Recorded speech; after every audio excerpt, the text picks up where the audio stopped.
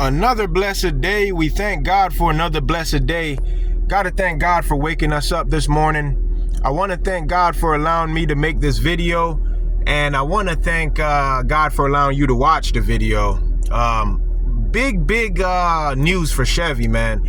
I'm scrolling through my internet, and I discovered I was just looking at some of the new V8 engines, like what do they have to offer on the Chevy performance website.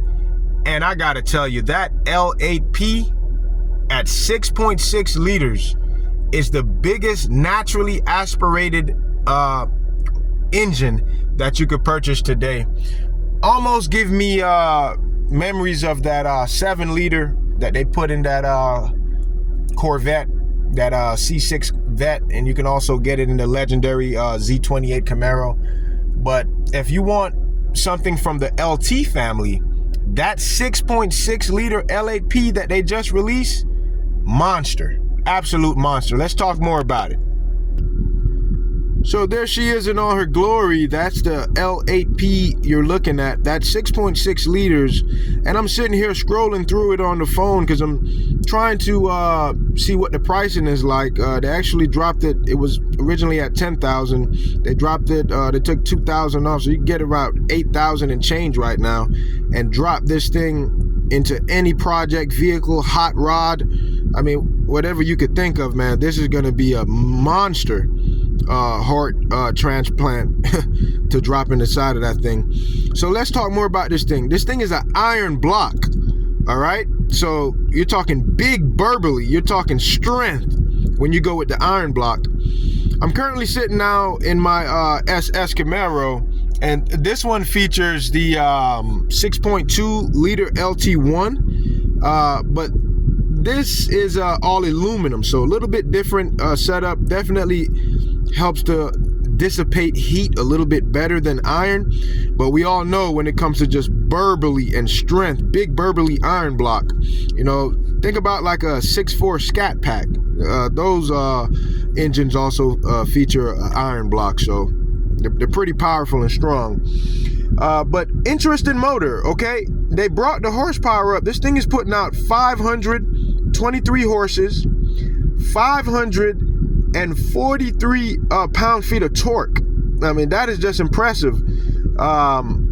It still features direct injection. It's a wet sump. The compression, however, is a little bit lower, 10.8 to 1 compression. So that's pretty interesting. If you know anything about the LT1, this has 11.5 to 1 compression. So the LT1 has a bit higher compression, but this leaves a lot of room on the table with them running that 10.8 to 1. If you throw a boost at this thing, I mean, this thing's just gonna be an absolute animal.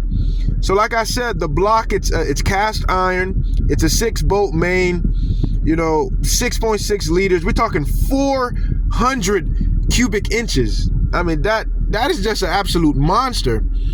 And as I look more into the specs of this thing, I start to realize, I mean, they just made a monster. They took the crankshaft, not the crank, but the camshaft from the LT2. So that's the C8 Corvette's camshaft. They're running the C8 Corvette camshaft.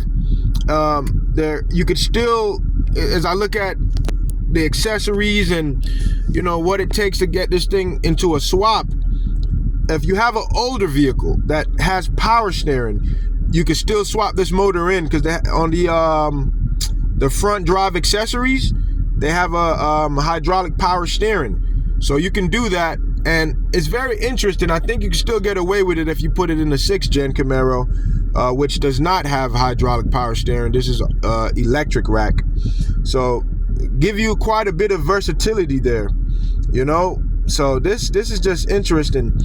One thing that made me really like this motor, say you swap it into a project car and you wanted to go automatic. I'm a huge manual transmission fan, as you've already know. I spoke about that plenty of times in my channel, but nothing against the auto. So if, say you wanted to put this in a car and made it to an automatic tranny, they now set this engine up to have non-AFM.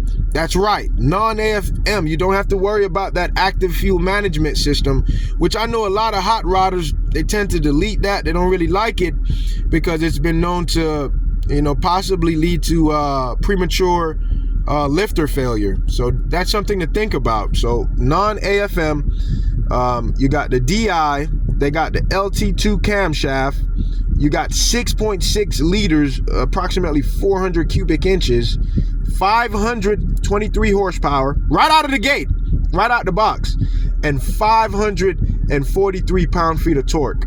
I mean, that is just impressive.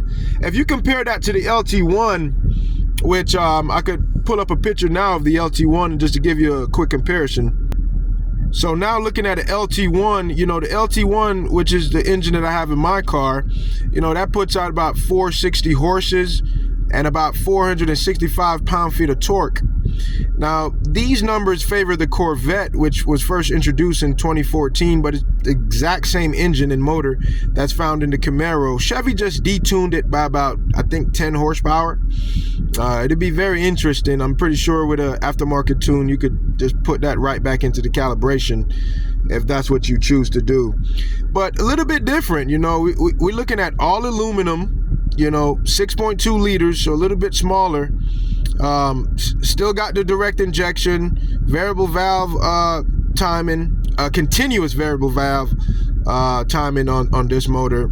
So it's 11.5 to 1, however, like I mentioned. So you got a higher compression on the LT1, which the LT1 has proven to be stellar. The only thing that concerns me, if you swap it into a 6th gen car with that extra weight, now let me show you, I'm in a 6. So here we are now looking at the 6th gen Camaro SS. Like I said, this vehicle is powered by that 6.2 LT1 engine. Absolute monster. Been very, very solid.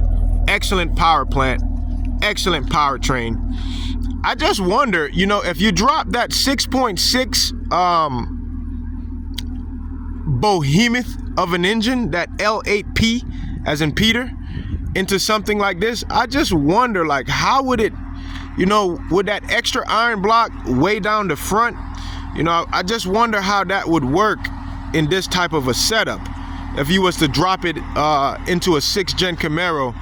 Get in the comments if you have any input, because I'm just very interested about this motor. I'm thinking about purchasing one, and just seeing how what that would be like, because it's just an excellent engine that they just dropped on their Chevy Performance website. So get in the comments, guys, and let me know what you think about that L8P. Let me know what you think, how it would, look like in a Camaro, whether it's a 5th gen, a 4th gen, a 3rd gen, a 1st gen. It's just an excellent engine to swap into any hot rod.